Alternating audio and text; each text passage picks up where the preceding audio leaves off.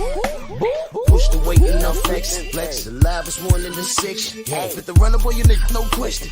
You ain't run a motherfucker hot stepping. Hey, you never had a big enough weapon. Motherfucker never learned your lesson. I'm a 88 pack nigga. I'm a 88 pack nigga. I mean, day walker, drink blood, trains out, full moon, motherfucker change like a hoe, nigga. I'm just a nigga from the hood trying to stack a little cheddar for the money.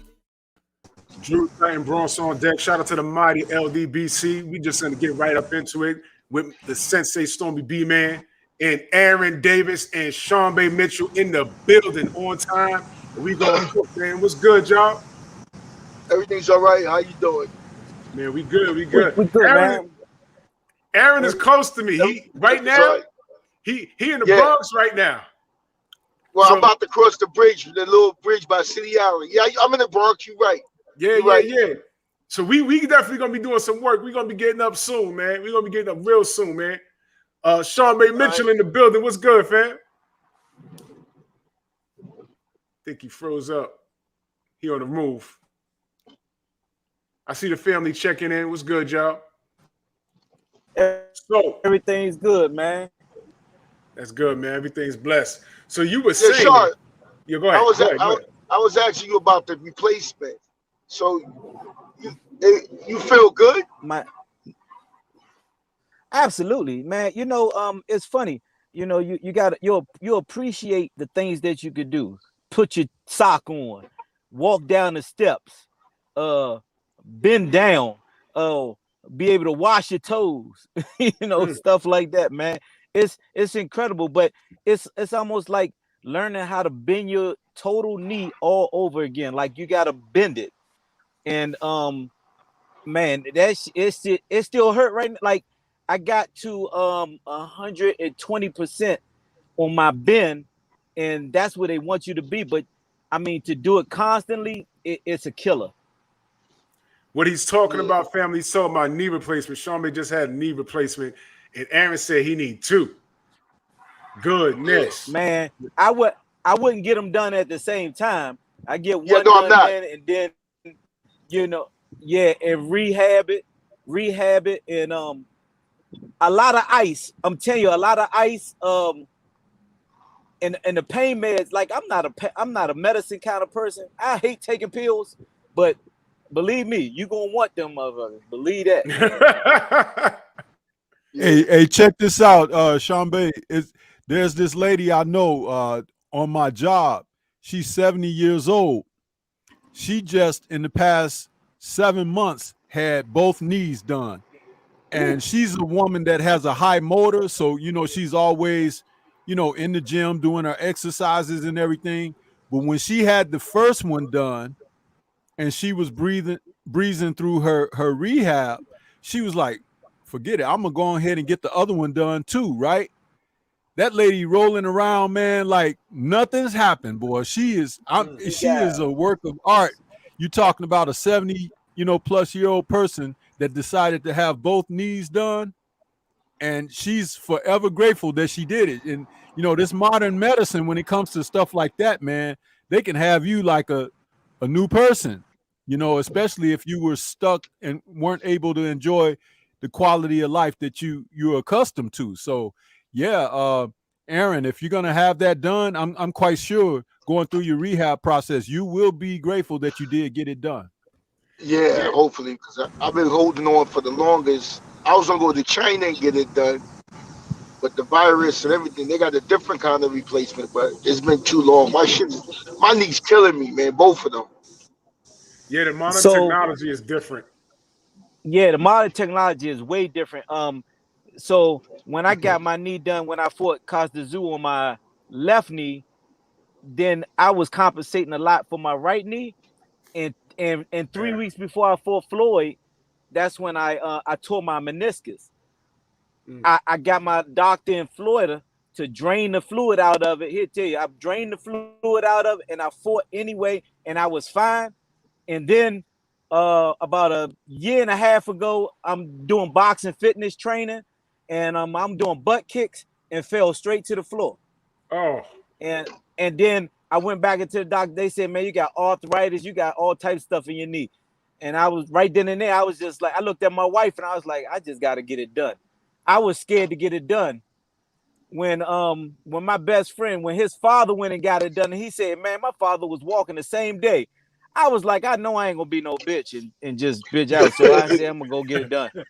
Yo, I've been holding mine off for like 6 years because I'm like, nah, I'm not gonna do that. 6 years, but it's gotten worse now. I got to get it done.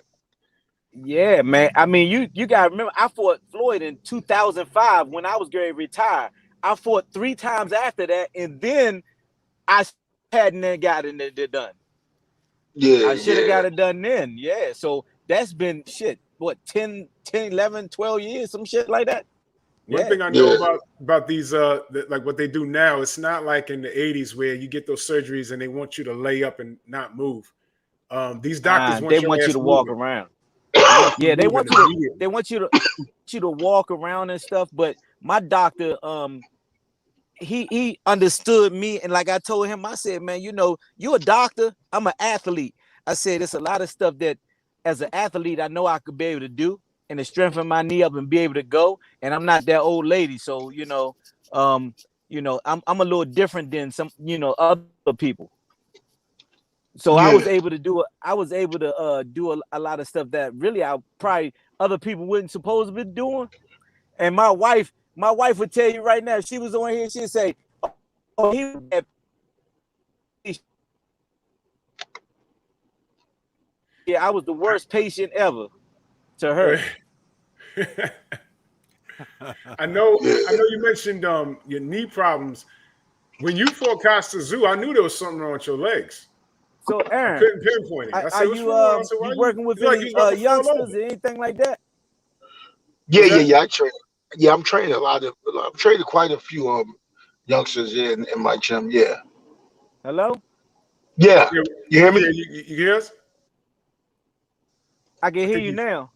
Oh, okay, Yeah. yeah. Now, yeah, I'm training. Yeah, I'm training a lot of kids, young kids coming up. Yeah. Okay. All right. That's good, man. That's good. I got this one little youngster I started off, man. This little man, he could go into CVS and be shadow boxing. That's how much he want to do it. So, Yeah. he just fought yesterday at a tournament, and he won. So, a pretty good kid, man.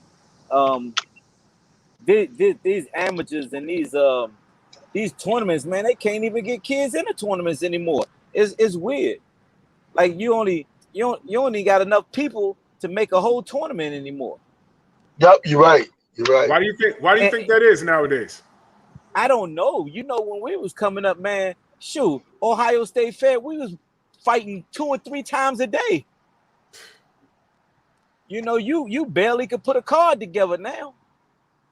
Yep. You're right. Well, I think it might be because there's too many distractions. You know, It probably is. Yeah, you're absolutely correct. But the boxing, the amateurs has really changed. It's a lot more political than it was when we was there. And that my 88 year, it was really political, mm. So I know is way worse now. I mean, Not only this is. that, man, you got guys now like coming up in households where I'm gonna be plain and simple about it. It's a lot of fatherless homes out there, and so You're they absolutely don't get correct. put on track, at a minorly age of how important it is to get involved in some type of physical activity and everything to start to learn discipline and things of Right, that nature. When we were growing up, we had martial arts, we had sports, we had various things, boxing, and our right, dads could kind of steer us that. And even if you didn't have your dad, you had males who could be that type of role model and influence and put kind of steer you in that place. We got guys correct. that come up under their moms and aunties and big Right, mamas and stuff, and they get yeah, pampered and babied, but they're not put on the right. proper track to You learn how you to you're become a young man, a boy that's gonna progress into a man. And you're it's you're sad to say absolutely these correct. things, but it's true. It's Right, true. right.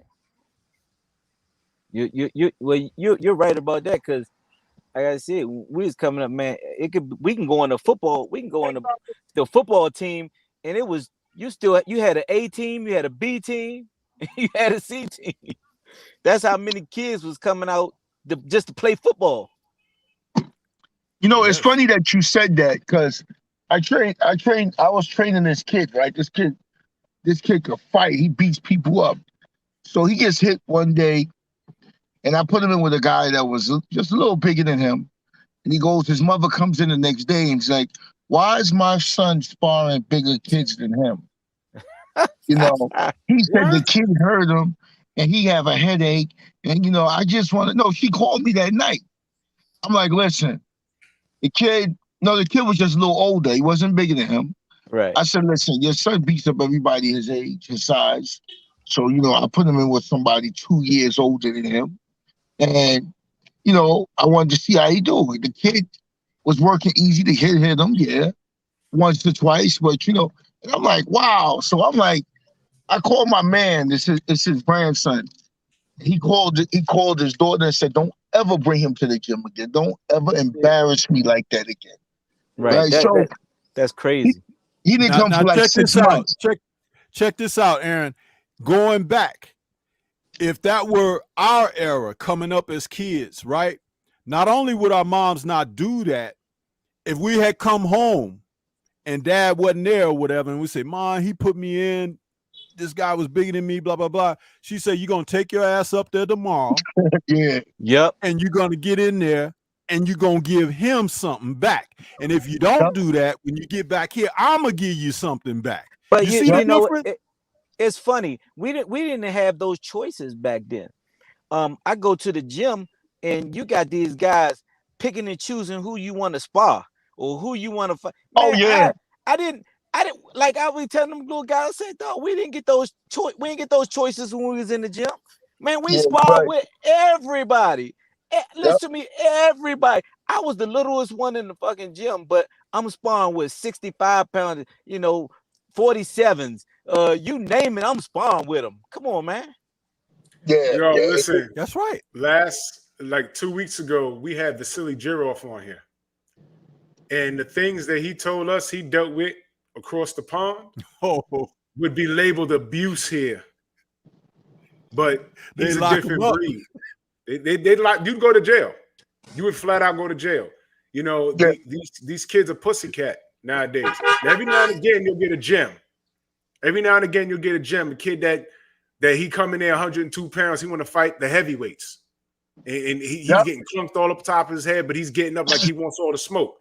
Every now and again you get a guy like that. But it's rare now because these kids wear pink jeans and they get hangnails and they be sitting on the sideline for 6 months. It's disgusting. Yeah, hey, Drew, just to piggyback off of what you just said about Vasily. Matter of fact, I think they made that song, "Who Let the Dogs Out" after Vasily. Yeah, because that's crazy. Because his coach had him running from German Shepherds and everything. Yeah, I was like, running from what? You ran from dogs for training? God damn. My God. But you see, that's what I'm saying. Sometimes these guys across seas, they're just built different, but they're not built that different because this is how we used to train over here. Yeah. It's just not there anymore. I'm gonna tell you what it is. Back then, when I was fighting, everybody fought for something. Like you wanted to buy a house, you wanted to buy your mama a house, you wanted to do something. You fought. You fought to eat. So now today you got welfare, you got this, you got, it's easy with programs now. Right. Everything's just really given to everybody. And people that really don't want to fight, they don't want to get hurt. And this is a fight sport and they don't want to get hurt. I mean, you got to anticipate the tooth and all kinds of stuff, breaking the eardrum, getting a swole eye. I mean, everybody's just like this is different, man. This is different. Yeah. And that's another thing. Like everyone's coming out of school, they want to run with a football or dunk a basketball. And I've been saying for a while now, our next heavyweight champion, I was saying this years ago, is probably running around on the basketball court. I mean, for example, can you imagine if a guy like LeBron James, as gifted as he is, just grew up loving boxing a little more? at his size, at his weight. You understand what I'm saying? I think of stuff like that all through the 90s. I said, man, what if Karl Malone started boxing? What if he was like really like in love with boxing instead of having a jump shot? I mean, you know what I mean? Things like that. That'd be great. Yeah. But right now today, and I always say this, all the guy got to do is just have a little basics, put their hands up, and go fight. And you can beat most of these guys because most of these guys, they want to fight just like Mayweather. They don't really have their own identity. Everybody want to keep their arms down. Nobody really fights to hurt anybody. They want to throw a couple of shots, move back, be the other guy's turn, then he go and yes, you know, this is one of the only fighters besides the Mexicans and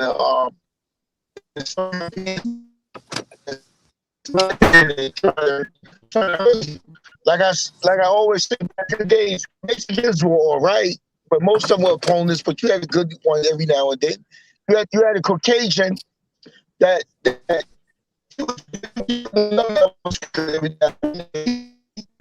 like Tiger Woods, one of the being black, one of the masters. That white guy represents the whole world. Now today, the black and Hispanics, they don't want to fight. They don't want to get hit. They don't want to fight. Now the Europeans and Mexicans, they win the world titles like nothing. Right. Well, I always tell my fighters, man, boxing ain't gonna change. Like, you just not gonna reinvent the wheel with boxing. No. The basic units of boxing is your jab and your freaking jab and your cross. Your jab and your cross. Man, look, let me tell you, these dudes trying to one shot everybody, one pot shot everybody, and everybody is not a Floyd Mayweather. Listen to me. I tell him, man, listen, this man came out of his mama womb, and that's all he know how to do. He don't know how to do nothing else. If he don't know how to do nothing else, he know how to box, right? And not everybody come out like that. And he has basics. And the basics gonna get you there. And I try to tell my guy, look, let's get this jab together. Let's get this jab and this right hand together, or this jab and this left hand together. Whichever one you want to do, the jab gonna get you there. Yeah. If you're not teaching them tricks, if you're not teaching them tricks and smacking in the pads and doing the Mayweather pads, they don't think they're doing anything. I tell them that shit don't work when you fight. It doesn't work. You can ask Ugas for Pacquiao, because he was tattooing Pacquiao the other week with that jab. That jab is all around the world. The jab is gonna get you in. I don't give a fuck what you do. That jab is gonna get you inside to be able to do whatever you need to do.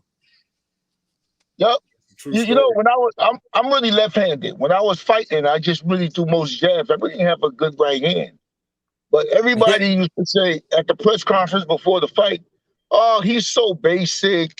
All he got is a jab and a 1-2. And I wound up fucking them up, knocking them out with that. The same thing they say, but just basics. Right. Yeah, I wasn't no pretty fighter. I didn't put my hands down. I just want to fight. Fuck you up. That's the thing. Correct. Yep. Like look at the guy Madonna. Madonna just throw punches. You know, no tricks. I mean, it's easy to hit. But Madonna's just trying to take your head off and fight. That's it. While everybody else is running around the ring, trying to do the Mayweather with the one hand down. Yeah, everybody try to do that, but you know, nobody really can. You just can't. You got to be yourself. Yep. And I tell these guys, you know, you got to be yourself, and the basics is not going to change. The basics is just not going to change, man. You hit it on the nose. No, they got to get their own identity. Hey, listen, listen, y'all. Look at this. I got another guest. What's up? The one and only, baby. All the way from Saudi Arabia. Yo, it's good. What's good, Sharmba? What's good, Aaron Superman Davis? What's good, fellas? What's up? Yo, what's up, man? Yo, what's up, my brother? Hey, how are you, Superman? You say what? I'm all right. Everything's good. I've been out here for a minute. Yes, sir. You see, you never know who's coming up in the strong house, man. Hey, it's an honor to hold just to be on the mic with Aaron Superman Davis and Sharmba Mitchell. Hey, two great fighters that I grew up on, you know? Yeah. Thanks, man. You make me feel Look, For those that you don't make know me who feel you like I'm are, old, man. you feel like, yo, nah, we ain't old. We just classics. Nettles, let everyone know Damn, who I you just are. had For those in look. the chat. I'm from Patterson, I New just had Jersey. a birthday Friday. Happy birthday, champ. Happy birthday, bro. Oh, happy born day. That's what's Thanks, up. man. Happy birthday. How old are you now? Uh-oh. Now his mic don't work. His mic don't work. You You can't get off of mute. You got it now. There you go. Yeah. They said, how old are you, Sharmba? Oh, I just turned 51, man. All That's right, what's okay. up. That's what's up. Nettles, Yeah, I tell just everyone turned in the 51. chat who you are. I'm from Patterson, New Jersey. I've been training fighters for close to 30 years. I know Aaron Superman Davis real well. I remember Sharmba. I used to go to Atlantic City to watch him fight with his with those trunks with the Camacho flair and moving around. So when they asked me to get on, to be on the show, I was like, man, I'm just a boxing trainer. I teach boxing. I've been doing it for a long time. I worked with Aaron Superman Davis. He know my game. Yeah. Okay. There's one part of the game I want to talk. We're gonna get into some stories now. Now we're gonna cook. We're gonna get into some stories now. So now, Nas, let me ask you. I remember a video. My man Ant sent me the video. What happened with you and Joe Calzaghe that day during that weigh-in? Man, the video, the pictures show. Frank Warren. Let me tell you something. Everybody talks. Joe Calzaghe is a great fighter, left-handed fighter. He was a good boxer, but you can't put him in there with the elite fighters of all time. The guy did when he fought Omar Shika, he got butchered with the head bust. The referee didn't help him. Frank Warren, let me tell you something. Frank Warren knows he's not just a great manager, a great promoter, and a mastermind in boxing. He protects his fighters. And when we fought Kabari fought Joe Calzaghe in Scotland, man, the guy didn't even make weight. Wow. The guy didn't even make weight. So, the officials were there, and I told them, I was like, yo, let him get back on the scale. The guy was like maybe 2-3 pounds overweight. And then they gave us a fake. They told us weigh-in was going to be 2 hours later, and they did it 2 hours before. Oh. But I knew something was fishy. I was like, man, this is a championship of the world, and they put us on the wrong floor. So I'm running up and down the stairs, and I run in there. They got a video. I run in there. I said, "Whoa!" So when I go in there, I was like, "Yo, get back on the." They want to get back on the scale. It's on video. It's all on video, and they wrote about it. So how much he was supposed to make? 168. 168. What did he make? Man, he was like at least a pound and a half over. That's a lot in boxing. It is. It's all science. It absolutely is. Hey, you give us that, make him lose that weight. Hey, put my guy in there with him. Hey, it's a different out. We dropped him in the fight. You did. Yeah, we dropped him. We hurt him. But that's boxing. If you don't got, if you got a good manager protecting you, you got a good promoter protecting you, you're gonna be all right. But if you go in there, man, we're starting from the bottom, So you don't even got the judges. You got your left hand and your right hand. That's the only way you're gonna get it done. Now, see, you just touched on something there, Coach Nettles. Check this out, man. And respect to you. Glad to be meeting and speaking with you for the first time. I'm out of Chicago. It's an honor just to being with you guys. Yeah, I'm out of Chicago here, and my mentor, head coach, was Eddie Davis here out of the Chi. And you know what you just touched on. Having the experience of what to look for when you're going into fights, and like you're looking at the scales.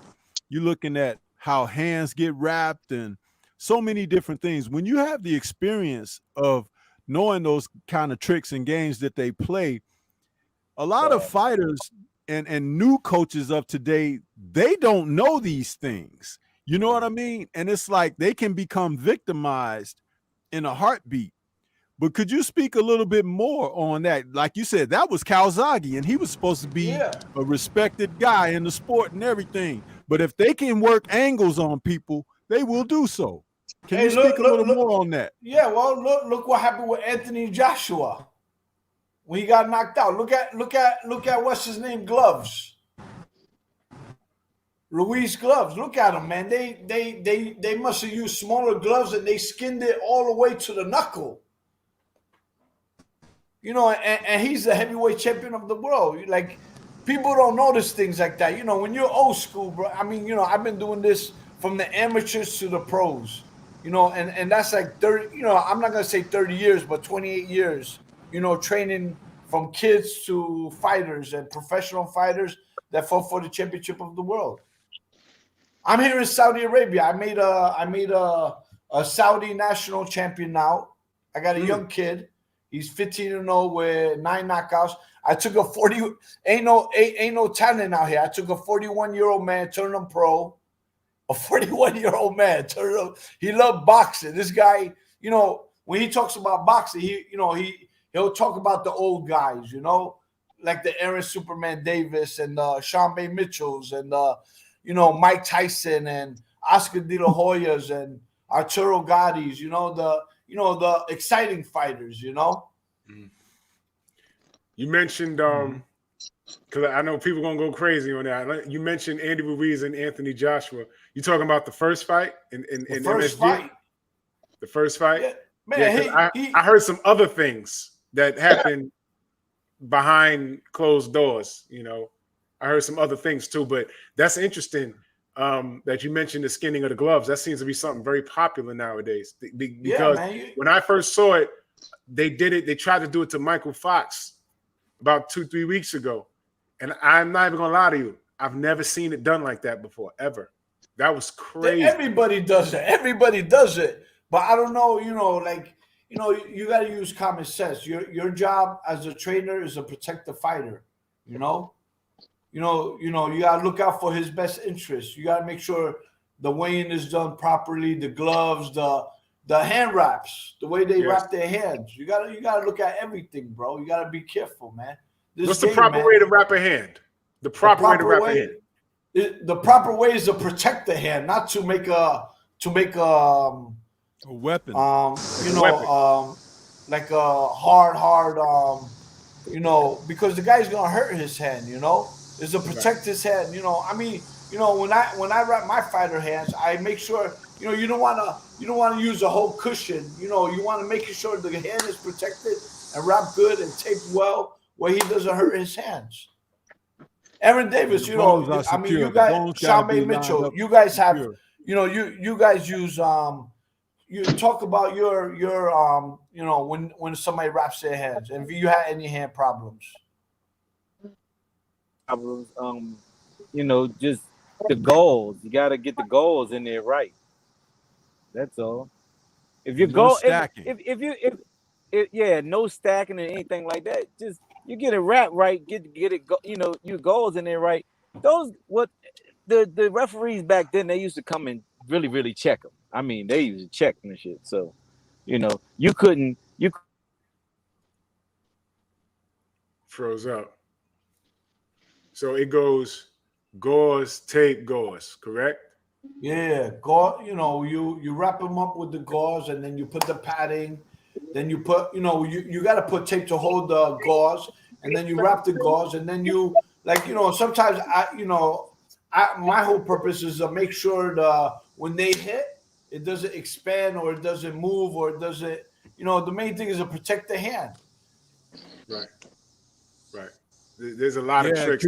Could you speak a little bit also, Nez, on the, like, you got guys that know how to do that, but then there's secrets to making sure you get those hand wraps a little moist. You know what I'm saying? And if they can get away with that, what that does by the time they get to the ring and get in there and start shaking it out in the round. If somebody does that, then you know what that is? That's a criminal offense. Thank you. That's a criminal offense. And there have been fighters caught doing it, fighters who have big names in the sport. Am I right? I mean, Felix Trinidad was caught by Nazim Richardson. Oh, that's right. Trying to do that. Caught him. Yeah. You know, hey, if you do anything, any cheating like that, like my when I wrap my kid hands is to make sure that their hands are well protected. You know, but when you do shit like that, that's another level. That's that's a legal offense, man. They should be locked up. Yeah, that's why I don't understand how Antonio Even like Margarito Panama ain't gonna Lewis, pay. with the shit he did, hey, he should have never even been involved in boxing after that. And that's funny you mentioned Panama because Louis Resto. Oh man, Aaron, was you at Morris Park when Louis Resto was there? Yeah, I was there. Yeah, is he still there? I haven't seen him in forever. No, he's not there no more. No, he moved to Atlantic City. Okay, because I remember he had hopped on a 5 bus. I said, Louis, what's good? He's like, hey, you recognize me? I said, I sure do. I sure do, man. One of those guys that could have been, and he goofed up. Yeah, so, he listened to Panama. He said Panama used to, this what you got to do, stuff like that, And Panama, he was one of them type of guys that he was a cheater. Yeah. Panama wanted to do anything to build his name as a trainer. That was sad because he ended up going to prison behind that. Yeah, man. yeah. That they both went to jail. Yep, they both went to jail. They sure did. Yeah. That's bad, man. It's all that was all bad. Talk to me. Well, since we're on the topic of that, what is the worst form of cheating that you've seen that hasn't even made the news in boxing? No, I just seen some fights. I just seen some fights where the guy really, really got robbed, like in different towns, different cities, different countries. Like, it's a fight where this guy, no way he could have won the fight, and they gave him the fight. Robberies. What fight was that? If you guys have You said what fight was what? a good memory, thousands, where it was in another country, but the guy was pretty much knocked out, but the ref wouldn't call the fight. He kept trying to help the guy up and everything, and that ref got banned for life. I don't remember the names of the fighters. It wasn't a heavyweight fight, but it was like had to be somewhere between lightweight and junior welterweight, something like that. But it was a fight where the ref was really cheating, man. The guy had got dropped a couple of times and he was staggering all over the place. The ref was supposed to call that fight off. Yeah. He kept letting the guy go. It was like ridiculous, man. I don't know that fight. What fight was that? Well, it was Wayne Braithwaite. It was a cruiserweight. Oh, fight overseas. Thanks, Trick. Big truck. I couldn't remember, but I remember the event, and what had happened because it actually made the evening news or something. It was so ridiculous. You know? Oh. Wow. Yeah. Well, I remember Pernell Whitaker fought with Ramirez. Pernell beat him up. They robbed him. That was a robbery. Hey, Aaron Davis got fucked. Hey, he lost a lot of close fights that he should have won. I love Aaron because he used to come down to our gym. He used to spar with my fighters, Omar Shika, Jerson Ravello. We used to give him that work, but he got messed up. Talk about your it was like 2 or 3 fights that they fucked you, Aaron. Yeah, I know. I figured. Yeah. Which was the worst robbery out of all? Like you had 3 fights where I thought you won and they gave it to the other guy. I know when I fought overseas for the junior middleweight title, I got robbed with that fight. I forgot his name. They robbed me in that fight. They took the fight away. But hey, shit happens. Man, you fighting against the grain when you're going across seas, man. Yeah. Definitely. It was in Monaco. Yeah. When you go to different countries, you got to know what time it is. But at that time, I didn't know that. I was young. I was younger. I was probably like 25 years old. But I ain't think, but shit happens though. Oh yeah, Julio Cesar Vasquez. He was a tough dude. Yeah, he was tough. Julio Cesar Vasquez. But he Fighting wasn't quick. acting that tough though. He wasn't. I mean, he Hey, wasn't going at. hey, He wasn't going at me like he was going after Winky writing them guys. Nah, he was. Nah, he didn't go after me. He, you know. I mean, when you go in the ring overseas, man. I mean, when you're not at home, you're already down 5 rounds. Yeah. And one of them is a 10-8, depending on who you're fighting. Yeah, when you go overseas, you gotta just go ahead and be like dominant all the way through. Yeah. So See, that's the problem. It's so hard to score fights now because a lot of kids give away fights. Like I said, the guy throw 1-2, and then the other guy he'll back up. The other guy throw 1-2, then he'll back up 1-2. It's back and forth. Like he goes, and the other guy, okay, your turn, my turn. You know, so it's kind of hard. It's easy to get robbed that way now too. You know, it's even harder to score fights. Sometimes I don't know what fights some of these guys are looking at. Hey, listen, guys, the two greatest robberies, for me, the two greatest robberies made the two greatest fighters of, pound for pound. What was it? When Roy Jones got robbed in the Olympics, and when Floyd Mayweather got robbed in the Olympics. Hey, you can't get more robbed than that. Vanderbilt got robbed in the Olympics too. Yeah, he got right. Yeah, but it was like one of those. It was like but that's a different robbery. But they got robbed. Like they got fucking. It was like a last. It was a second he hit him. That was that '88 Olympics. Yeah. My God, I watched that at home, and when they raised that Korean dude's hand, that was sick. He was shocked. He was like, "What the yo?" There was no part of that fight that he beat Roy. None. Not even close. He was never in that fight. Roy hit him with so many lefts, he was begging for a right. And when they raised that dude's hand, yo, the news, they were like, yo, nah. The America was ready to pull out and go to war right there.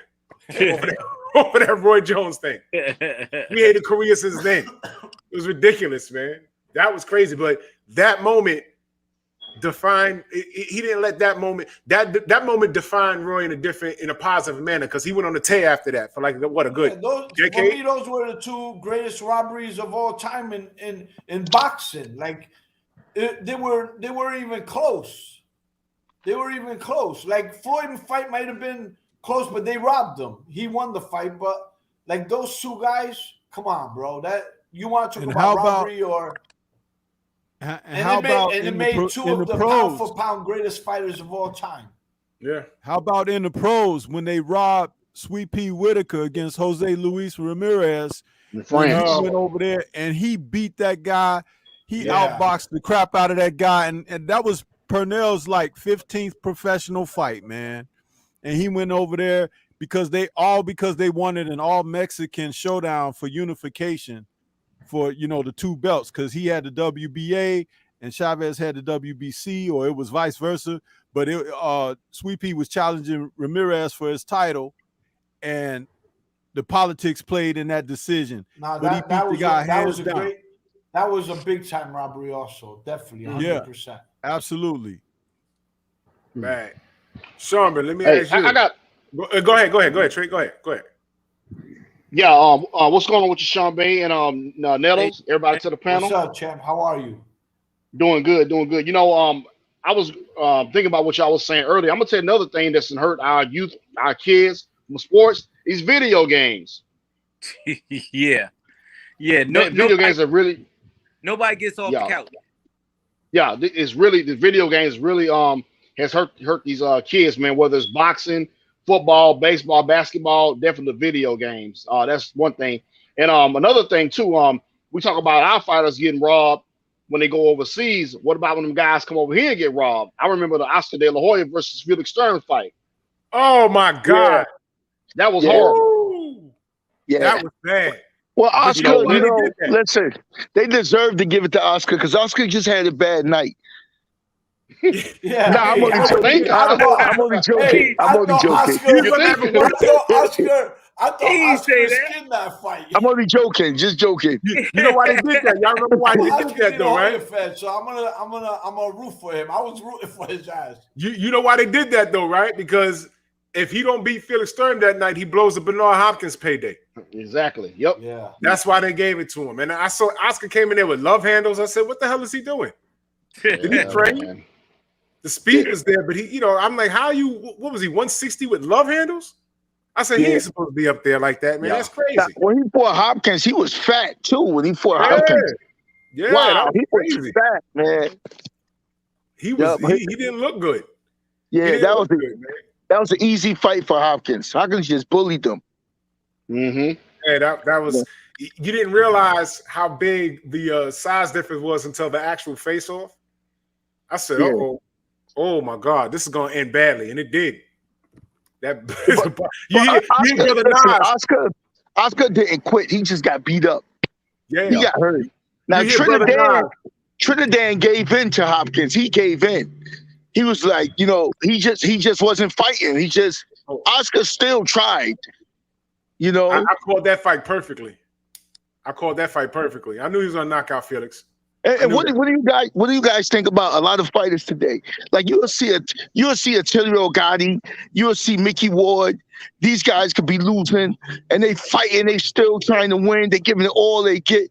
Then you got these guys today, I'm not gonna say names, but it's a lot of black guys, a lot of Hispanics. And they lose and they're like, okay, fine, fuck it. I'm just gonna let the round go. Fuck it, I made my peace with God. I'm not gonna get hurt. And they don't care. It's like, fuck it, I come back another day. Fuck that. I ain't gonna get hurt. These guys are not real fighters today. It's like wrestling, it's like entertainment, you would think they're gonna fight. You would think they're gonna fight. I mean, they talk all this shit, they go out there, the press conference, and then as soon as the bell ring, they go out there. Because it's entertainment to them, and they give away. When I say they giving away money, they giving this shit away. Yeah, right. It make me feel like I might want to fucking come back my goddamn self. Shit, you might be doing people a favor. Everybody else coming back. Shit. You know what I mean? Hey, look, I just got a brand new knee. I can come back and do some shit. Oh yeah, you could. You ain't got to worry about getting hurt because these guys only gonna throw a couple punches and get out the way. Absolutely. That's why Hopkins and Holyfield guys was able to fight so long for their age, because guys don't fight with their youth. They just want to hit and stick and move and get out the way. When I was fighting, if I fought a guy back then, if he was 32, my father and they'll be like, yo, he's old, go get him. Jump on him. Nature took his course. He could only do so much. And it was true. But now today, you can fight to 50 years old. They're not even going to throw punches at you. Nah. You're not even worried about getting hurt. Matter of fact, it's funny. It's funny because I'm in the gym now and I spar with these little young kids times, and I be like, they so dumb. They dumb. Like they don't know nothing. Yeah. They don't teach. You guys are making a very valid point here. You're making a very valid point here. Now, they don't teach. Like I said, they don't teach the fucking basics, man. Yeah, Nobody. The foundation. But Sean Nettles, you got to think about this. You got trainers that will never boxed or never trained or never really been in the gym, and they want to teach fighters from YouTube pad work. Yeah. When any trainer comes in my gym, a lot of trainers say, "Oh, I want to be a trainer." And I said, "Okay, you want a job? Okay, well," I said, "Show the fighter how to hit the bag." They can't do it. Cause I tell these guys, it's funny because I do boxing fitness, right? And I tell these guys, we in the show and tell business. It's called show and tell. You can tell somebody what to do, but if you can't show them, then what the hell good are you? Yep. They can't. Just tell them. I have all these guys that come in the gym want to be a trainer, and just tell them to put the guy on. They say, "Well, I can do pad work." And then they go with that Mayweather pad, pop, pop, poo, poo, poo. I'm like, yo, the guy's not fighting like that. He's got to throw punches. No, and it's funny. It's funny. I tell people like, can you hold the pads? I'll be like, nope. I don't know how to hold the pads. I swear for God, I don't know how to hold the pads. I can hit the shit out of them, but I can't hold them. Yeah. Yeah, so let me say the salute to World Combat Sports. He says all-star panel. Shout out to Drew Titan LLC. Salute. My brother Reggie Owens in the chat. He says that's why Jake Paul calling these guys out. You see, when people are full of crap, right? It opens a door for guys like Jake Paul. And I'm not saying Jake Paul's not a real fighter or not. I'm just saying he fits right in with the landscape of what's going on. Everybody's clowning and posturing for money, and this guy walked in through the front door, not the back door, the front door, and he's getting $1 million paydays. Right, exactly. And that's why I say they just giving away money right now. I listen to what I'm saying to you. Listen to You know what I had to do for 50,000 back then? Hey, dog, listen. You ain't lying about that, right? So listen to me. Yeah. This knee when I get this knee back again in about 2 more months. Don't be afraid. I'm gonna come out. I'm telling you. What you gonna fight at? 140, 147? Probably 54. I ain't gonna get back down that low. Cause I walk around right now there like 180, 170 something. And I work out a little bit, but if I get into that real boxing shape, I'll be strong at 54. Well, you know what? As it stands right now, it's wide open. Yeah, it's again. Well, Sean, just put it like this. I'm gonna get my knee fixed, and I'm gonna see you somewhere, and I'm gonna start screaming. I'm gonna fuck you up, and we're gonna do it on Thriller. Hey, look. Nah, I'm only joking. Yo, just joking. Aaron, you ain't lying about that. I'll windmill the shit out you though. Yeah, they're giving these guys. I think Riddick Bowe's getting 500,000 now. He's fighting some basketball player. Yeah, and I'm happy for Riddick, man. I'm happy. I hope he get it. That's what I'm saying. It's unreal. It's unreal. Paul's fighting tonight. This guy's fighting tonight. Oh, okay, he is. This kid's about. I don't know what his payday is. I'm scared to even look at it, but I bet you, I'm a lowball it and say $5 million. No, it's more than that. That's more money I'm gonna see. Yeah, he's getting more than that. He's getting paid. Yeah, it's ridiculous. This guy's a YouTuber, for fuck's sake. This is crazy. But one of them can fight. One of them can fight a little better. See, he'll fight you. He'll fight. You know, one of them he'll fight. He fights a little better than the other one. Look, we got these top guys standing around. All right. I'm gonna pull out a name right now. Look at the paycheck and look at the attention that the Paul brothers are getting. Yeah. And then you look at a guy like Keith Thurman, who's a for real fighter, but due to his own nonsense, he's isolated himself almost to the point where people somewhat think he's a joke. Yeah. And he did it to himself. You dig what I'm saying? And this is all boxing's own doing. Yeah. That's why I like talking to the classic guys like yourself. I'll be real honest with you. I love me Earl Spence. Earl Spence, man, to me is almost like the throwback. Yeah. Face fix, he's coming to get you. And he could fucking fight. To me, he like one of the top in South, like he one of the best fighters right now to me. Yeah. I think he'll beat Crawford. I think one of y'all disagreed with me before. Nah. I think he'll wipe. I think Earl Spence will wipe everybody in that weight division out. Like everybody. He'll get Okay, so Nettles, you said you got Bud.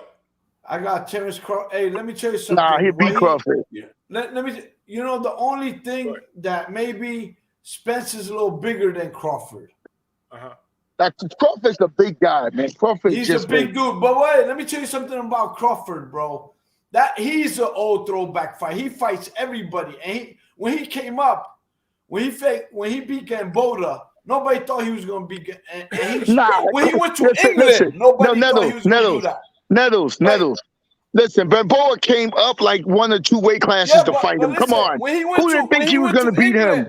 No, when he went to England, listen, I mean, Crawford is underrated. And for me, I think right now, he's pound for pound the best fighter in the world, bro. No, he's not. No, listen, let me tell you why. No way. Hold on. Here we go. Nettles.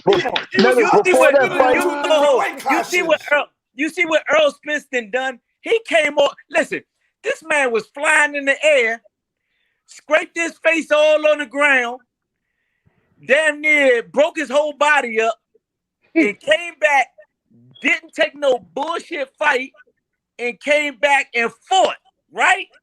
Here we go. Yeah, he did. And then came back. He did some shit that I would probably do.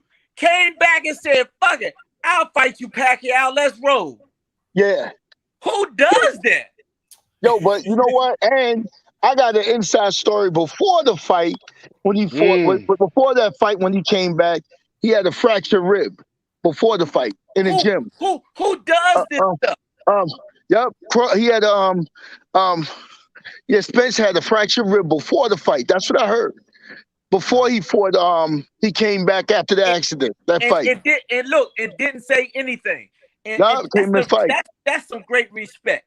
You know why I respect? Because that's how I was. Like, you wouldn't. Nobody knew I fucking tore my meniscus when I fought Floyd. Nobody knew that I threw my shoulder out. Nobody knew that shit. Nobody knew I was hurt when I fought fucking Costa Zoo, but I still was fighting until I couldn't fight no more.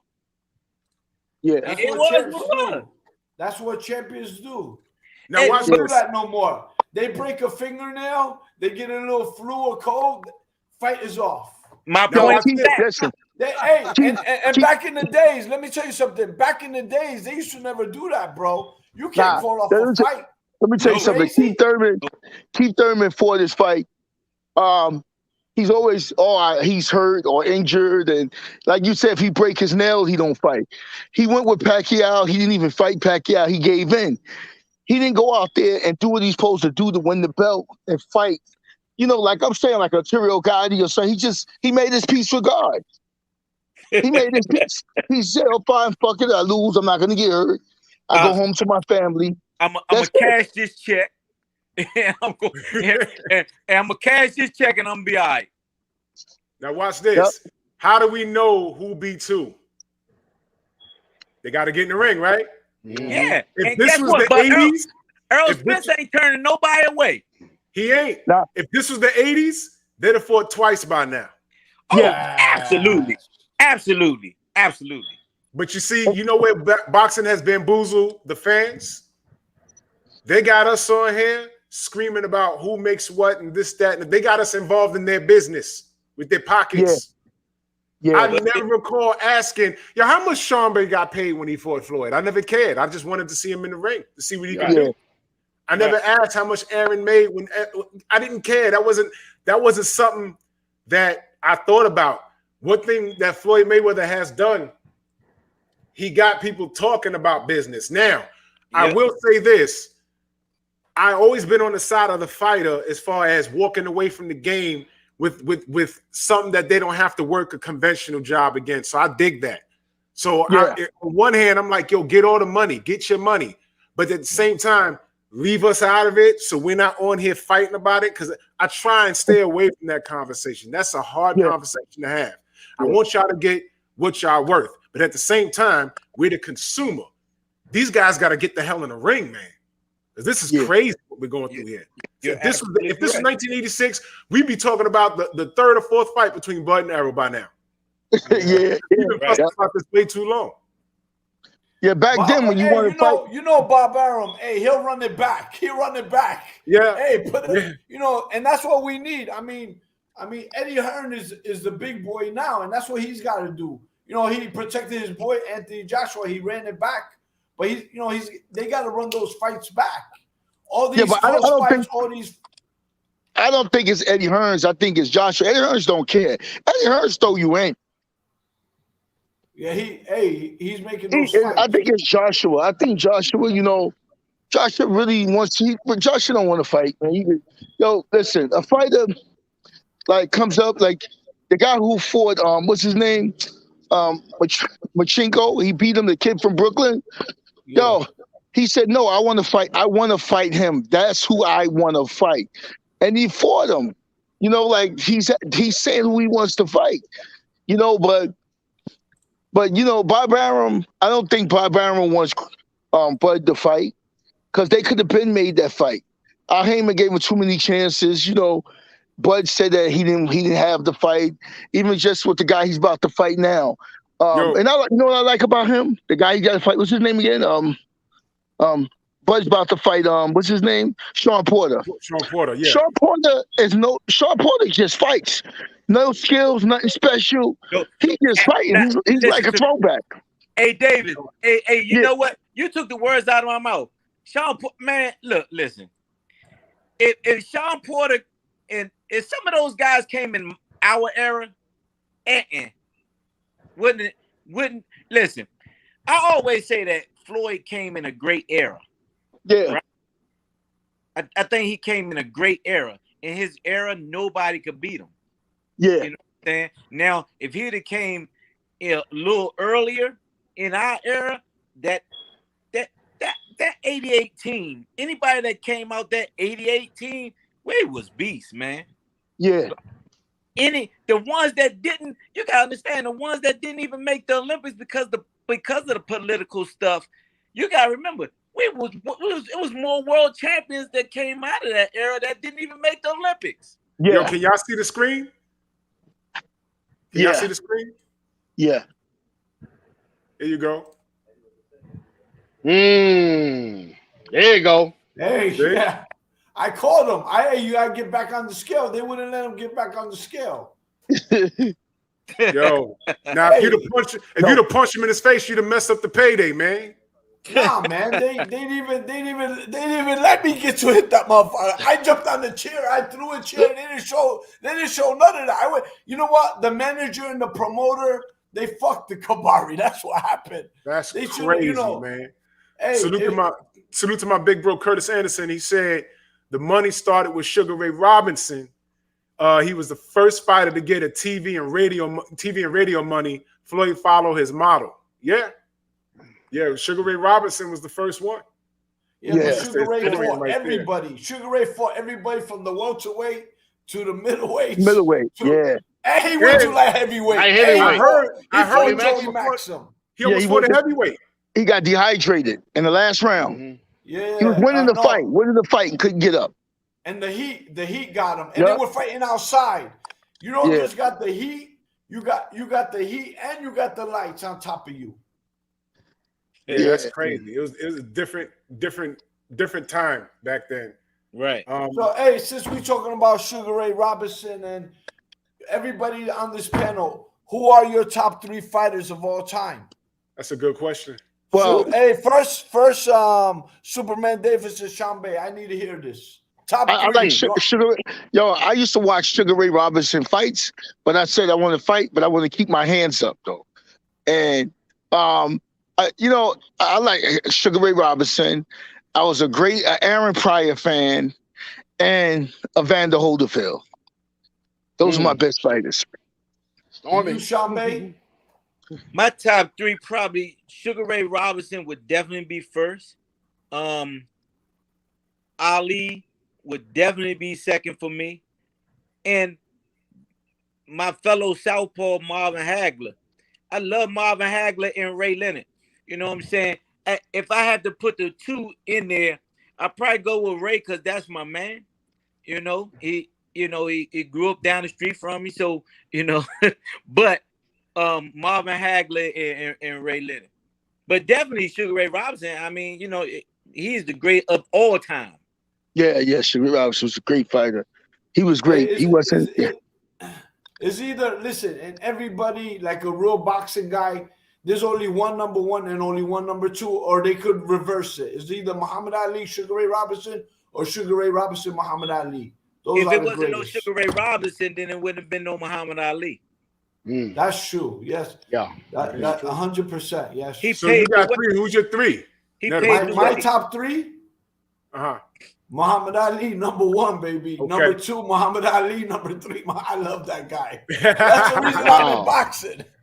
But number 1 is Muhammad Ali. Number 2, of course, is Sugar Ray Robinson. And number 3, we don't want to be racist, so now we got to put a Spanish guy in there. I got Roberto Duran, baby. Roberto Manos y Pedra. Hey. What about Carlos Mazon? That guy was tough. Hey, wait, hold on. What about Coco Kid? Yeah, he was all right. But Carlos Mazon was tough, man. Man, Kurt Anderson back in the building. He said Sugar Ray, Muhammad Ali, Henry Armstrong. Henry Armstrong's in my top 3 also. he's an Hammer and all-time Hank. great right there. Then you gotta say Jack Johnson. Yeah, John Johnson. Yeah, these guys. He the first Yeah. ever heavyweight, black heavyweight Yeah, won the championship. Stormy. Stormy. champion.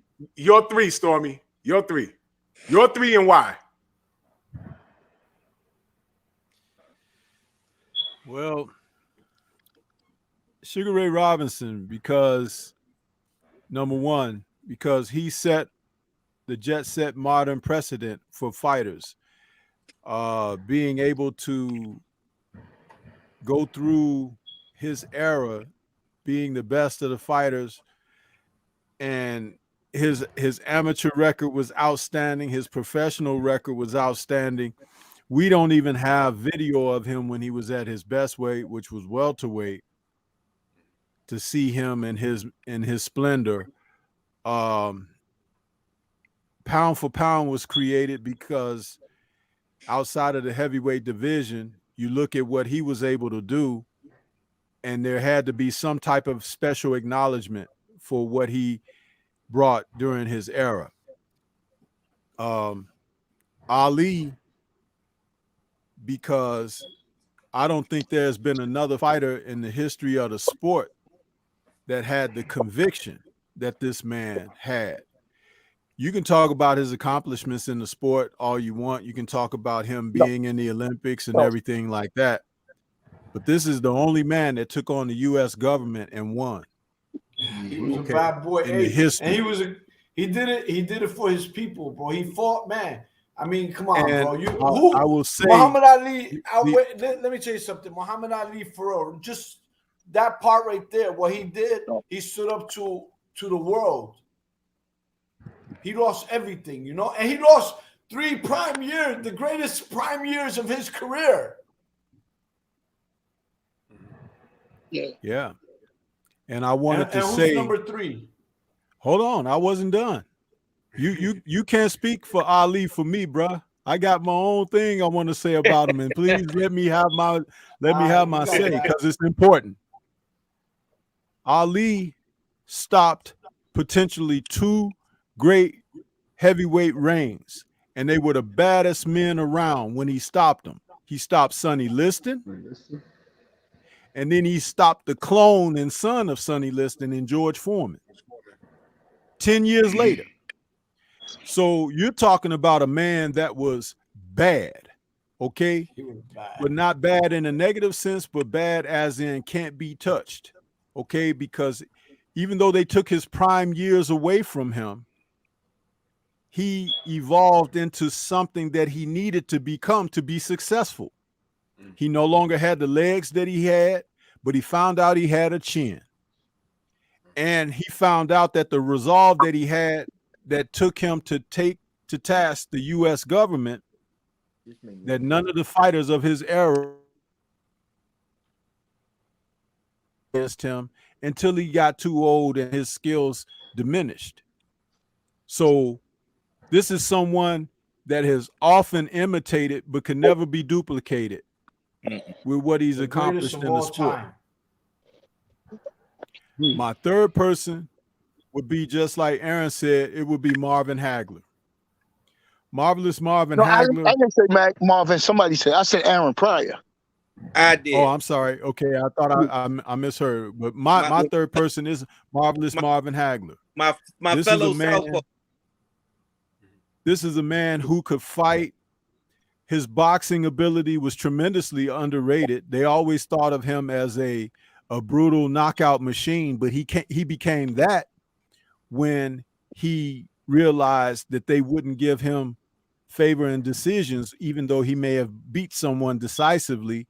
So he took it upon himself to say that his fist going forward would be his judge and jurors of his fight. 1 second, sir. 1 second. Like Who did he beat precisely? Because he lost that fight to Sugar. I don't know. Listen. Come on now. He lost. Aaron. Yeah. You talked, and I never interrupted you. Okay. I never interrupted you. No, I'm sorry, sir. I'm You sorry, talked sir. and you said what you had to say. Okay, sir. And I'm now sorry. here you come Okay, trying to sir. put the camera all up in my video. No, I'm sorry, sir. Sit down somewhere. No, You okay, I'm sorry, walking sir. too much. Go sit down and listen to this boxing talk. Okay, I got you, sir.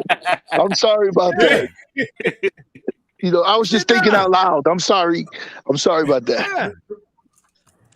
But anyway, as I was saying about Marvelous Marvin Hagler, for someone that had to go through the men that he had to go through to become a world champion, all of those guys from Philly Killers. and everything that came up tough and hard like he did. And do you know that he and Larry Holmes turned pro the same year? They were 1974. good friends. Marvelous Marvin Hagler was one hell of a fighter, and he had to take the back seat to guys like Sugar Ray Leonard, who came up and took a lot of the limelight as Ali's career was diminishing. But if you go back and you look at the films of his fights, you could see he was one of the most exciting and crowd-pleasing fighters. Yeah, he was could fight on tremendously that underrated. southpaw side. It was the southpaw side, and he used his jab a lot. You know, Had great people hand like- speed, had very Yeah. good defense, had a chin, okay, and didn't back down. Those are my three.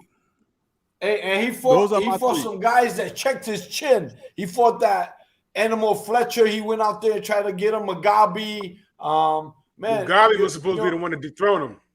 Nah, Mugabe he was made- supposed to be Danny the one to dethrone him. Briscoe, all those guys, man. He fought some guys that was, terrorists. And it Hitman Caveman Lee and Hearns those hit him with guys- that right hand on that chin. Come on, bro. That chin is Hearns cut him. concrete. Well, my top three is, I much agree. Ray Robinson and Ali is interchangeable, right? 100%. Number three, I'm going to go with the Eastern Assassin, Larry Holmes.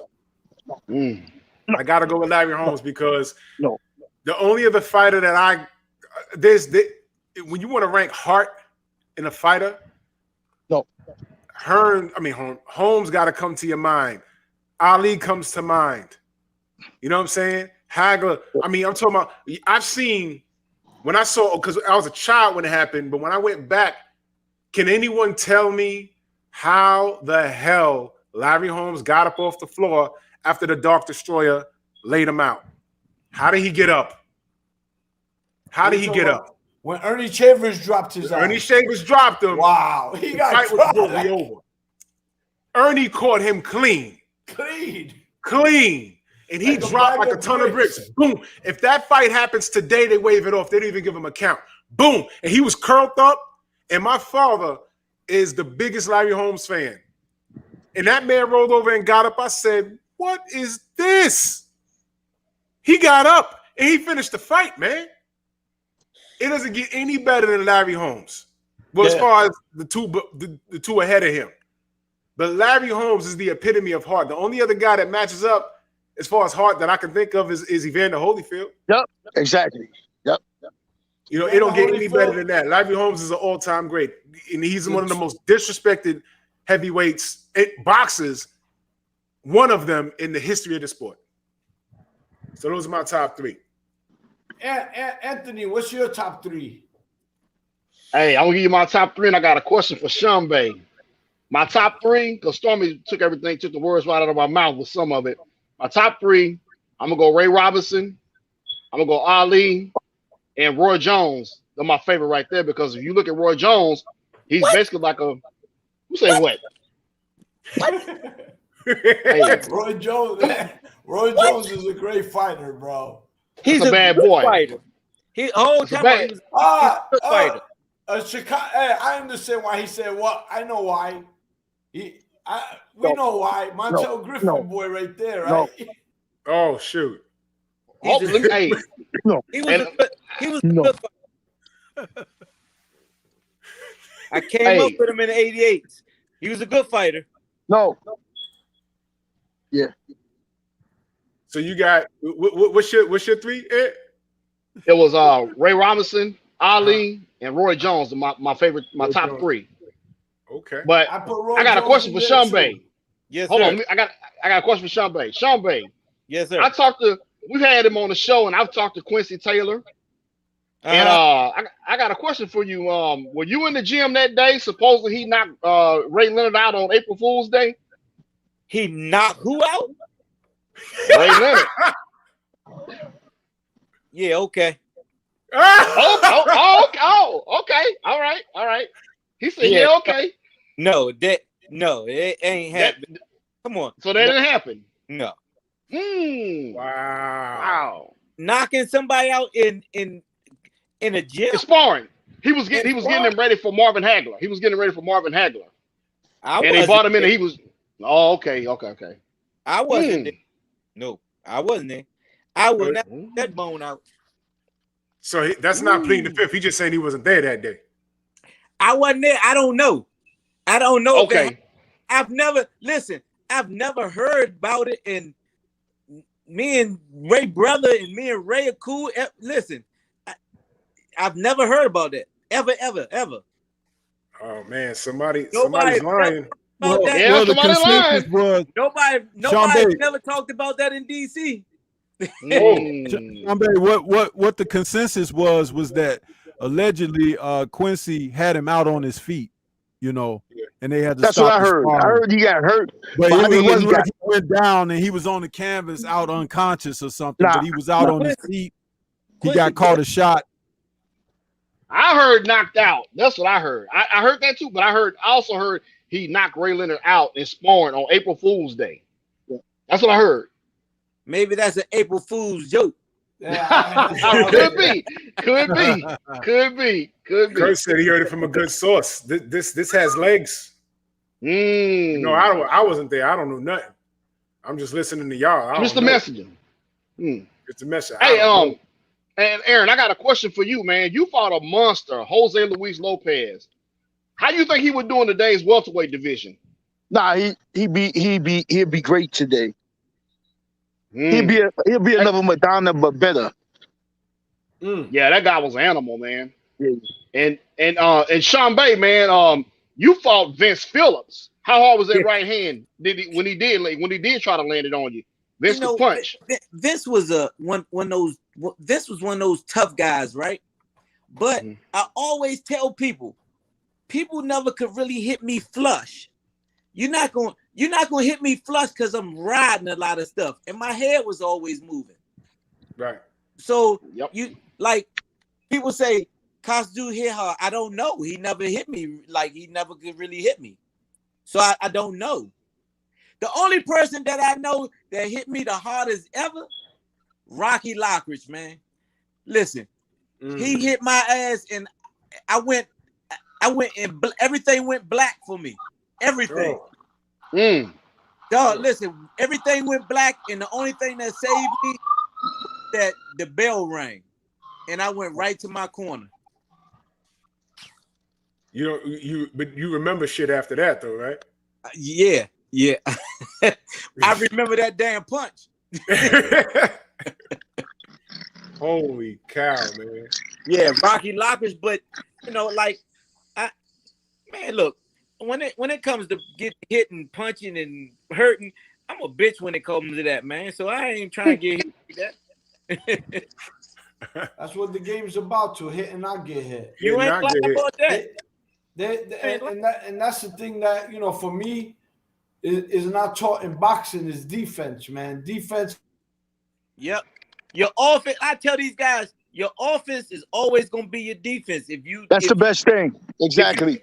If you make that pivot right and you throw that punch right, you out of line of fire. And that's what I teach, man.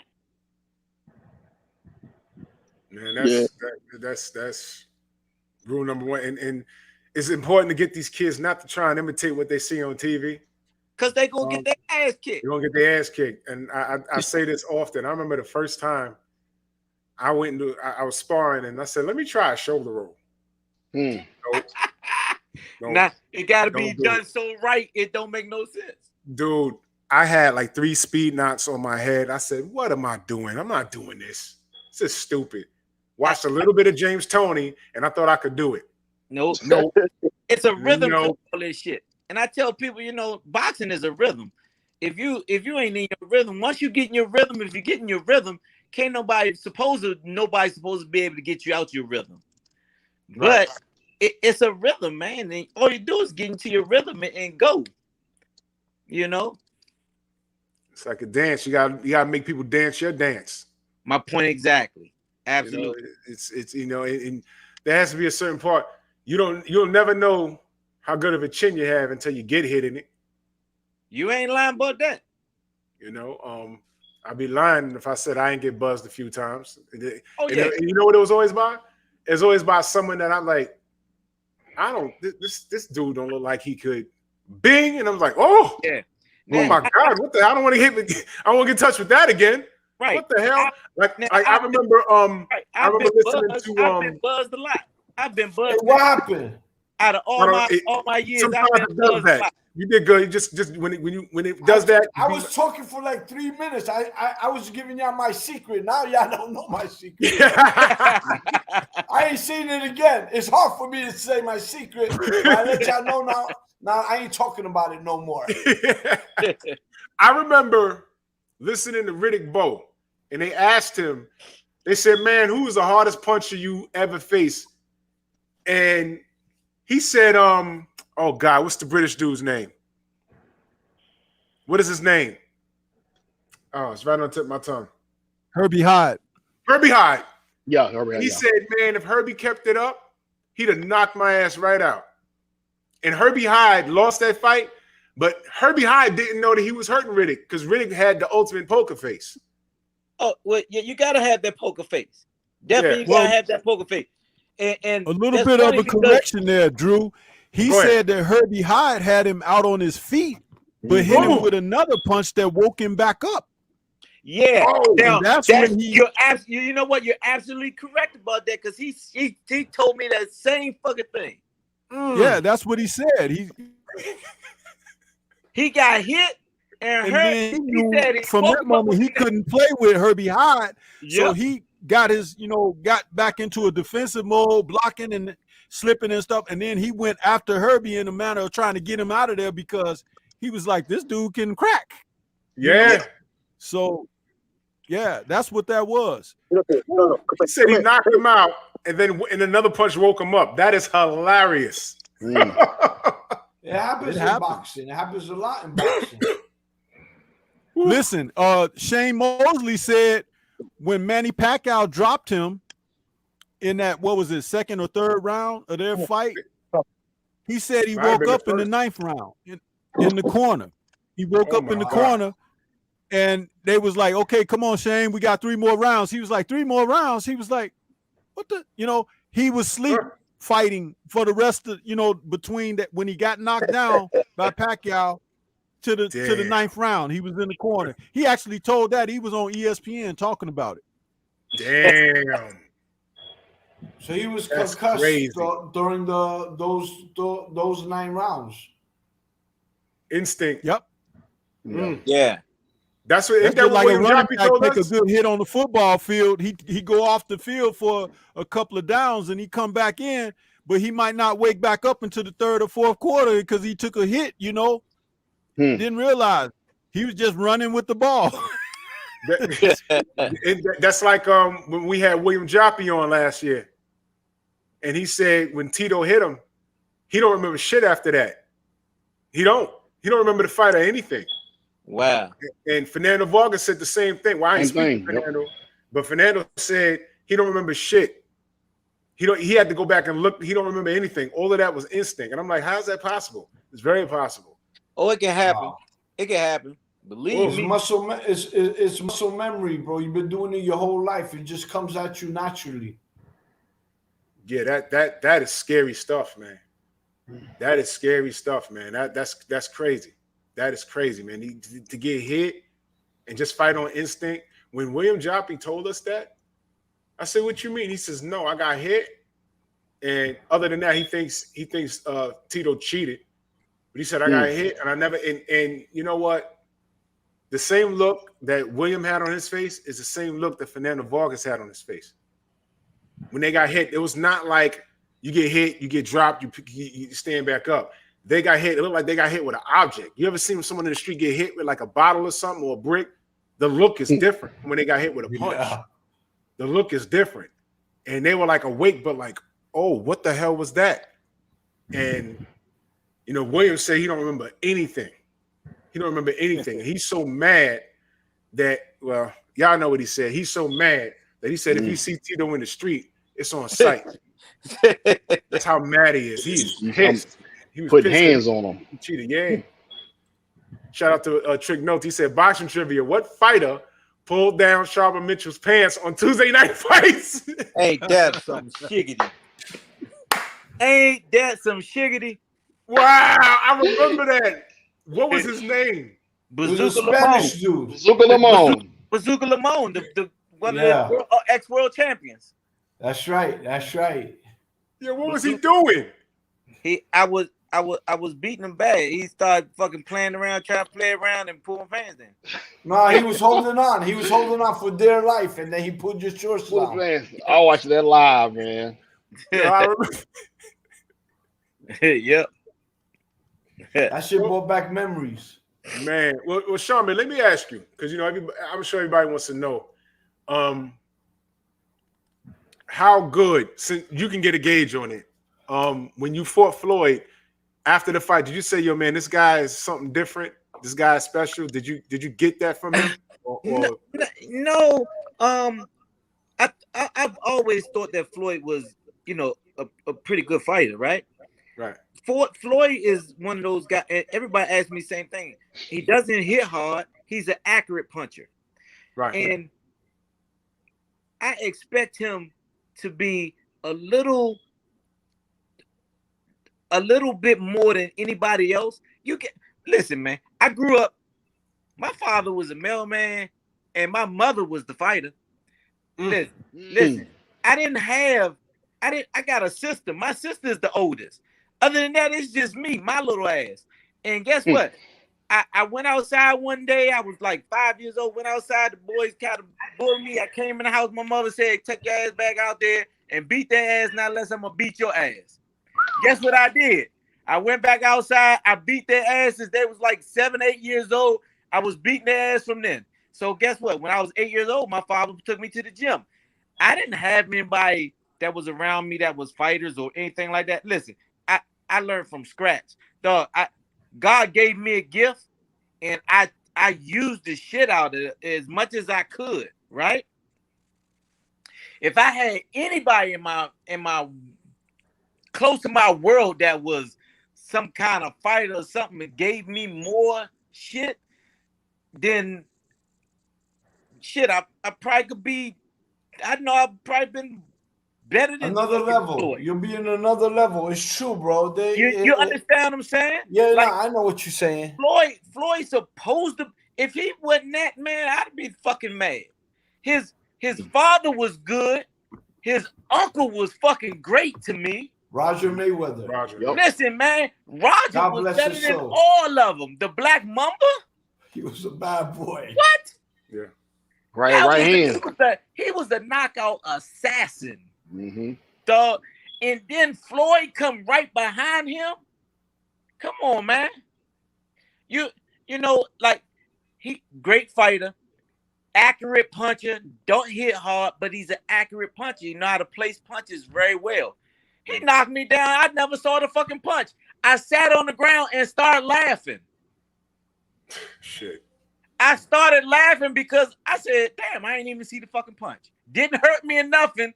It was just a flash knockdown. Boom. I sat there. He said, Sharmba, I knew your ass wasn't even hurt.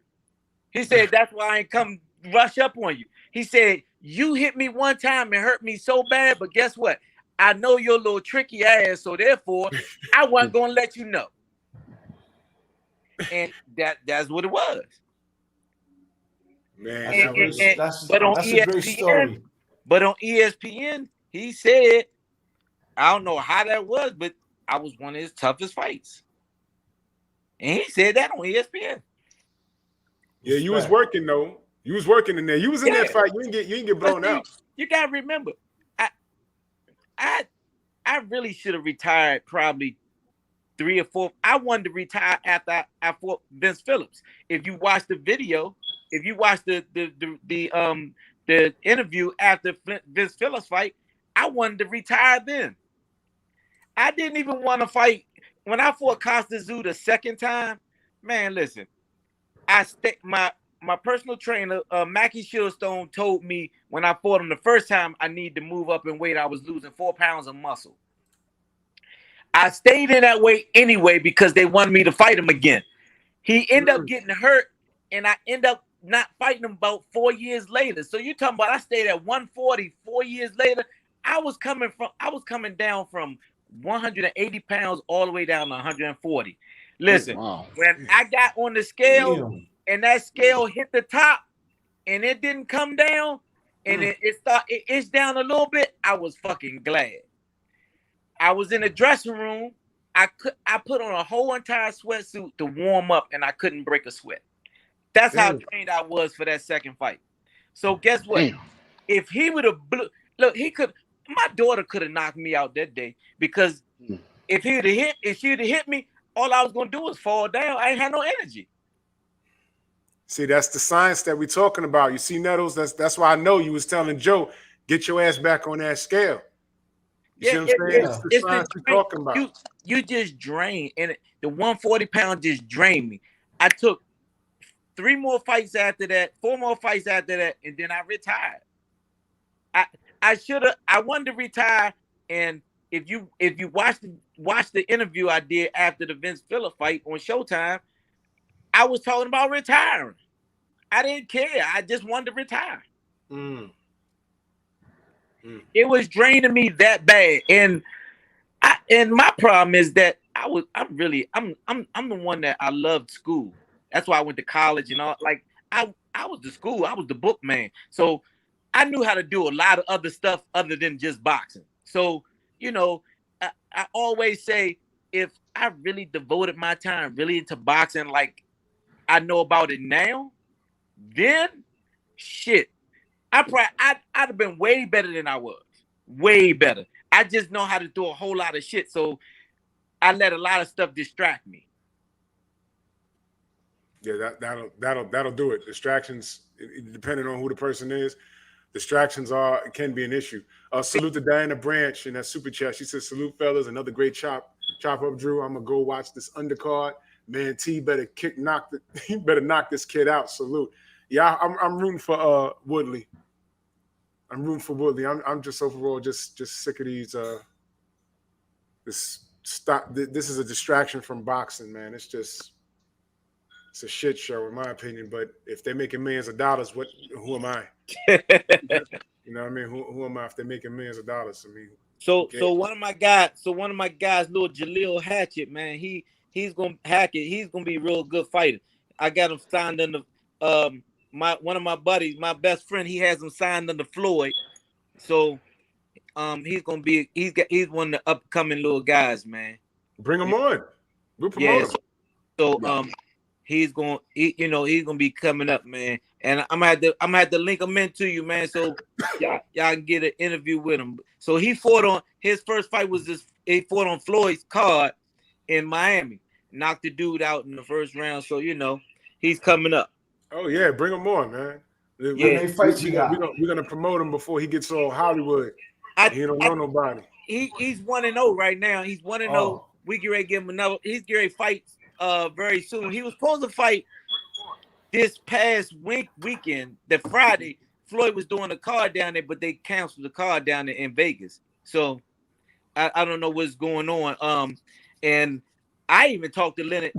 I talked to Leonard about me going back in the ring after my knee shit. So I'm telling you, listen, they giving away this fucking money. Listen, I'm telling you, listen, I will windmill. I will do whatever. We'll get that money. If fucking Oscar want to come back, let's do it. Yo, man, listen. Jeremy Williams just signed to fight James Toney. Did y'all know that? Wow. Are you serious? I'm dead serious. I hit him up on Instagram. I said, "This is for real?" He said, "Yes." I said, "Hey, man." And I think Zab Judah's promoting it. So this is because I was talking to Leonard about it. So he was like, look, Sharmba, you know, whatever you want to do, you let me know. Cause I've been in the gym and I've been working on and I've been doing my boxing fitness. So, you know, I do this shit all day, every day. You know, so it'll be easy. It'll be easy for you. It'll be easy for you to get into it. Man. It's just Why getting not? that fight win back together. That's all. Hey, listen, man. If it makes dollars, it makes sense. I'm not standing in nobody way. You ain't lying about that. Hey, I was shocked. Even I watched that Mike Tyson Roy Jones fight. I was shocked how Mike looked. Hey, dog, listen. Did he look good? He look good. Let me tell you something. Mike pulled back a whole lot of fucking. He held those punches back, right? Listen, Mike. Hey, Mike pulled back a whole lot of punches. Cause woo, I was like, holy shit! If he hit him with that, I was like, oh, he gonna hit him with. I was like, he pulled it back. Damn.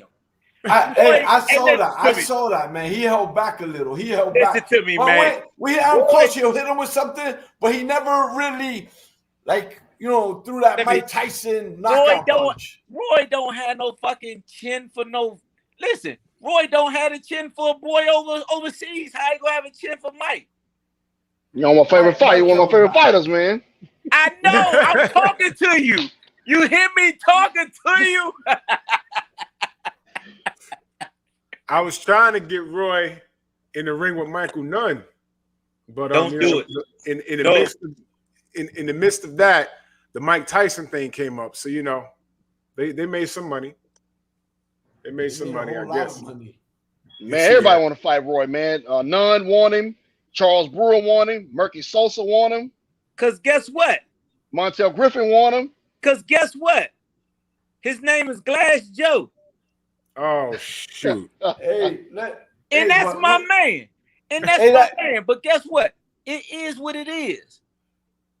And they stopped the fight. In my opinion, they stopped the fight prematurely when he fought Omar Shika. Hold up. Yeah. Have you seen what in his last 2 or 3 fights? His last 2 or 3 fights, did he make it? Did he make it through the fight? He made it. Tyson, he fought a guy that was a internet guy.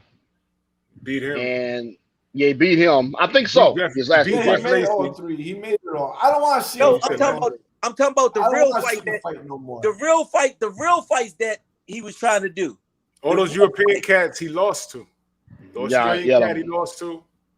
Danny Green. Overseas, he got knocked out how many times? Like 3? Should have been 2. Was it Marcarelli, the cruiserweight, Danny Green, and I think somebody else stopped. That was in Australia. So when do you just say fuck it, stop? Nah, he stopped. He's retired. Roy is retired. He tried, but he keep coming back. For what? Man, it's hard to keep a great fighter like that down. When he sees the fighters now, that's what makes him come back. You're right, but I tell you. Well, I don't know if it's hard to keep him down.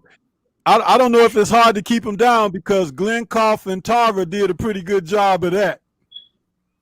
Man, well, you know what? Tarver, I like to see Tarver get back in the ring because Tarver keeping in some shape too himself. I like it. And he hasn't been beat up. Well, Jirov said he's game. Y'all remember that? Huh? Yep, he sure did. So he said he's game. He said, whatever, we can do this. I said, oh, woof. So Jirov looking for all the smoke. Wow. Hell yeah. So, and Tarver looked fresh. Yeah. Tarver looked fresh. Yeah, they said Tommy Fury's fighting right now on that card. Tommy Fury. Okay. Hey, I got a question for Nettles and Sharmba. Don King seemed to get a bad rap when we have some fighters come on the show, man. Y'all got any Don King stories, man? I got that. Let Sharmba say whatever story he knows. You go ahead, you go ahead. I want to hear yours because it's funny. I hear people's stories about Don, and I got a funny story and And a story when I was in Charlotte, North Carolina, Thomas Hitman Hearns was fighting. I don't know who he was fighting, and you know Don King. What he does is get his son. Is it his son or son-in-law? Yeah, his son is the manager. Yeah. So Carl. and I heard Don King, you know, talking to his son.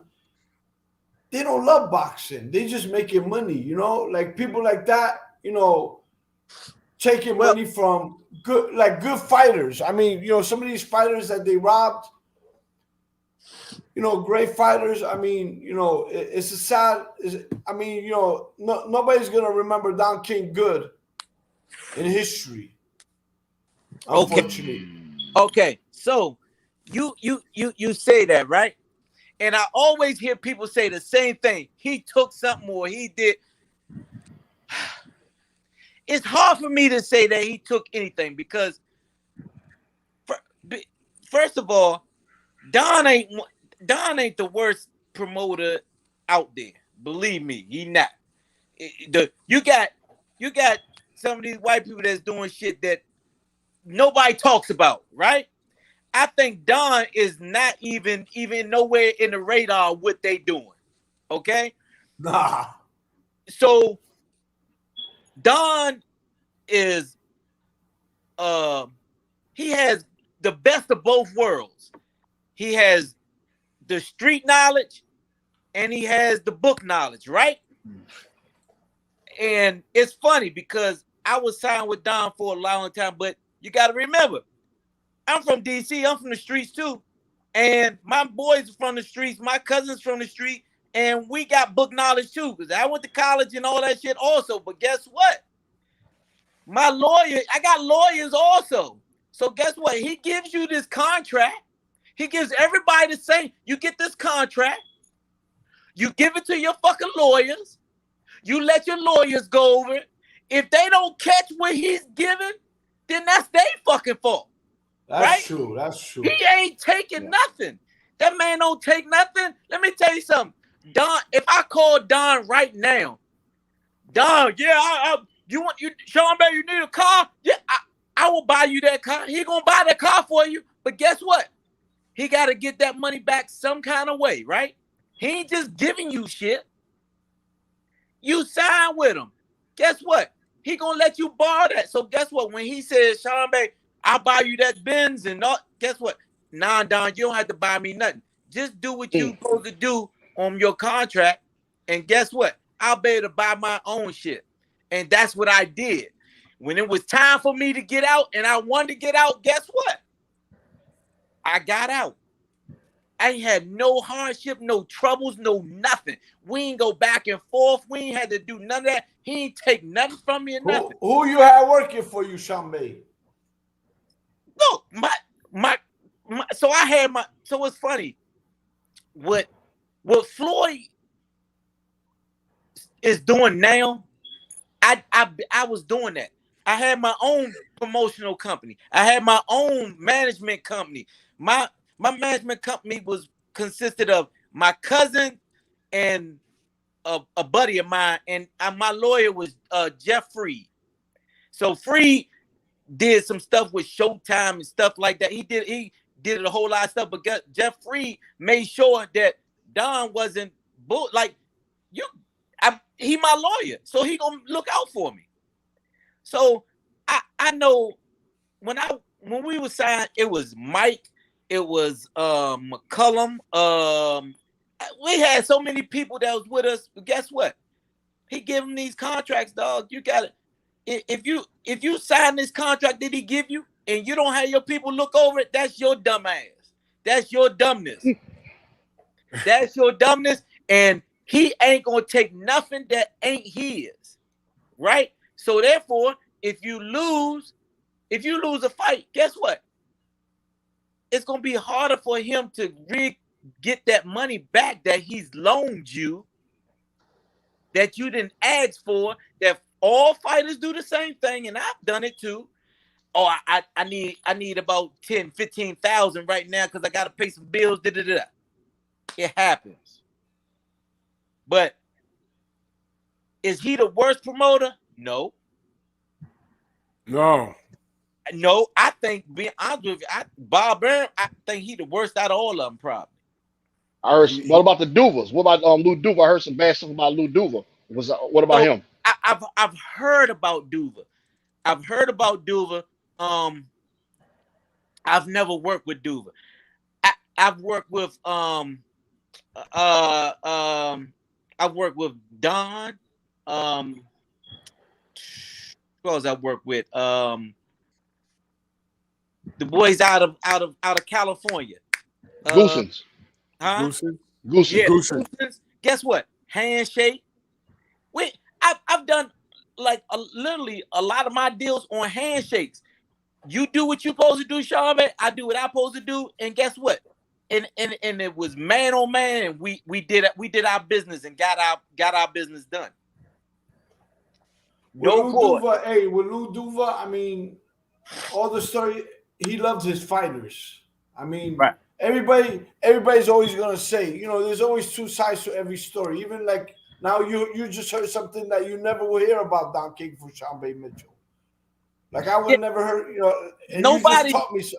Yeah, nobody hears the Don really is a good guy.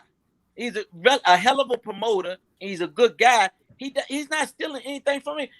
Let me tell you, imagine something. You think that Mike ain't never borrowed hundreds of thousands of dollars from Don? Come on. Nah, You know, Don King. Listen, that's a different story. he did Mike Tyson wrong. Out of all he did.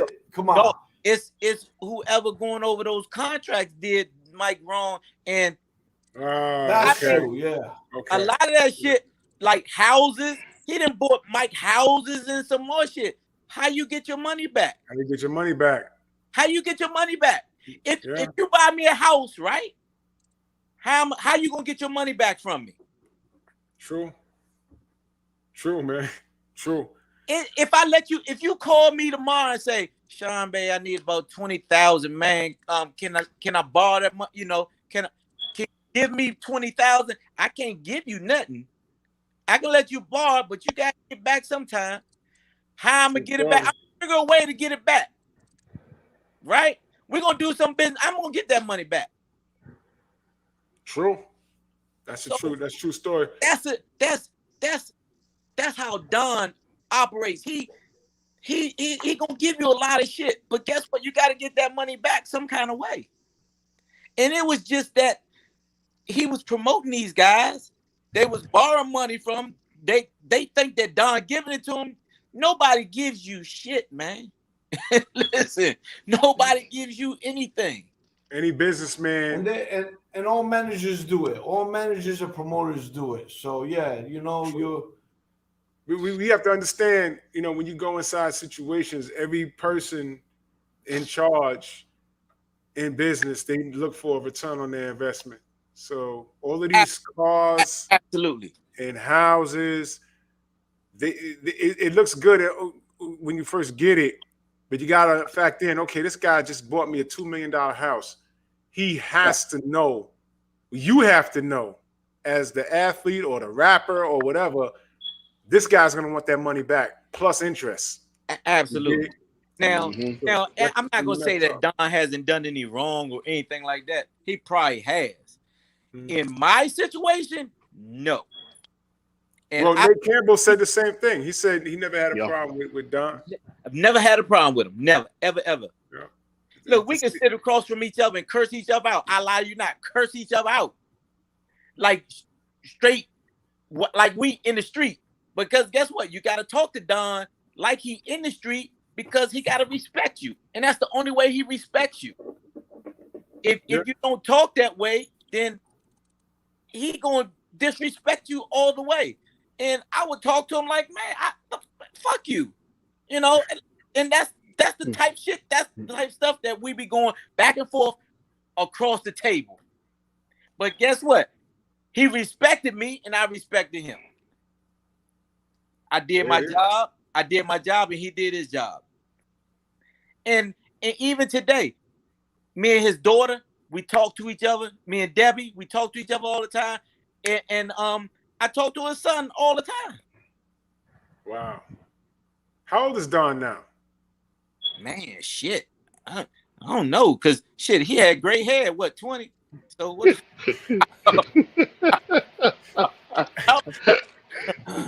I don't Oh know. man. Wow.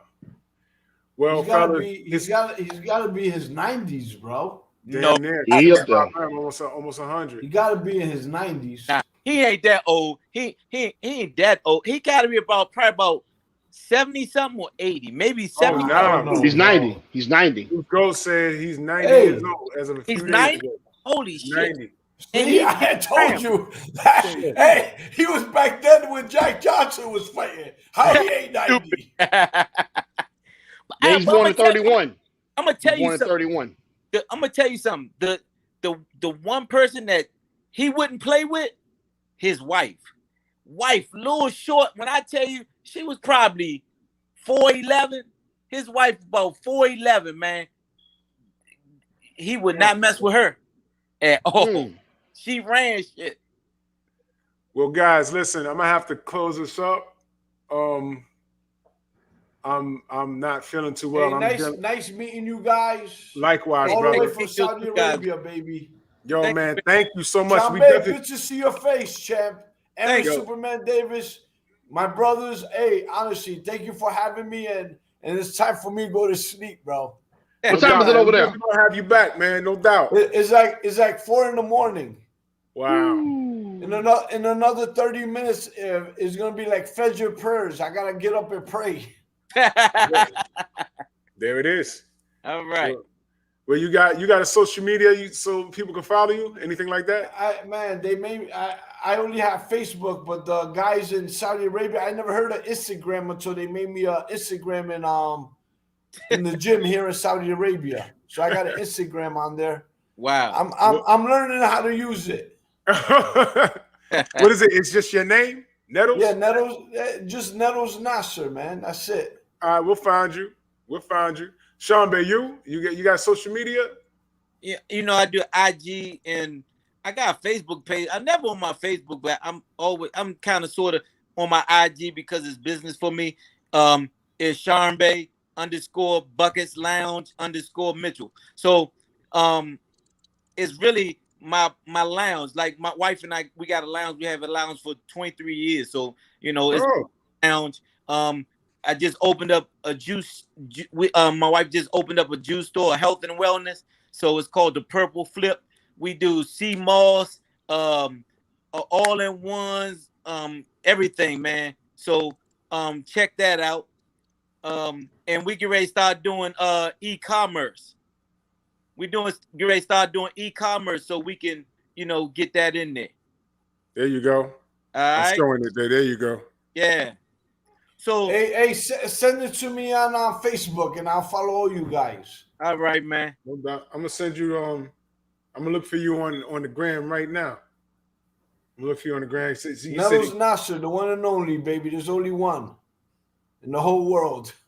So hey, good night, guys. God bless you, and good to. Hey, you guys made my day. It was good. You guys made me reminisce for real. It was. All right, man. I'll hit you up, Nettles. This is what we do, man. We love boxing. We're gonna definitely have you back before a big fight. If you love boxing, I love you guys. All right, no doubt, man. Be safe. I'm following you right now. I just clicked to follow you. My account's private, so you'll see me. All right, definitely, 100%. Good night, guys. Good night. Good night. Much love and appreciation, man. Much love and appreciation, man. Sharmba, same to you, brother. Much love and appreciation. We definitely gonna have you back before a big fight. We're gonna chop it up, get a professional opinion. Oh yeah, and any fighter you wanna push, you wanna promote. I'm gonna give my guy Hackett and my little guy Antonio. He a little amateur, man. This dude a beast though. Let's get it, man. Let's get it, man. Let's show the brother some love, man. We all gonna do this. Absolutely, man. Thank you, man. Thank you. All right, Sharmba. I'll hit you up, man. All right. Yes, sir. Man, that was beautiful, man. Trick, let everyone know how they can find you. Find me at on Facebook, Anthony Carter. And I'm on Instagram, Trick_Noty, man. And you can find me here on Drew's show on Sundays. Chopping it up with the legends, man. Appreciate you, Drew and Stormy, for having me on. Everybody in the chat. Peace to everybody in the chat, man. Love No y'all, doubt, man. Famo. Appreciate it. No doubt. Stormy, the man that, in my opinion, needs no introduction. Let everyone know how they can find you, brother. Oh man, everybody can find me right here on YouTube, man. Stormy B Man is the channel.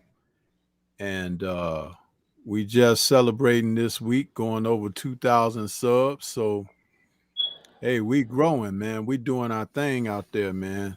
And I appreciate the love, the support, and everybody that's helping me come from the mud, because that's organic growth there.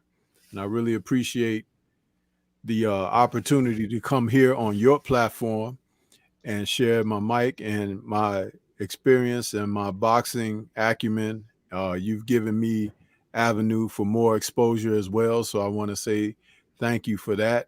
And I enjoy being a part of this. So thanks again. And everybody will catch you guys next week. Absolutely, man. And y'all already know who I am. Drew Titan, Bronx on deck. Shout out to the mighty LDBC. I feel like ish, but I'm still gonna see y'all in the morning. But I'm gonna go and check what's doing with this event. I heard Tommy Fury looks like stir-fried ish. I heard he's fighting like how I feel right now, but that's good. I'm gonna go see what's going on. And shout out to Woodley. We pulling for him. I'm pulling. Yeah, pulling for him. I'm pulling for him too, man. For real, because I'm sick of everything. And I'll see y'all guys tomorrow.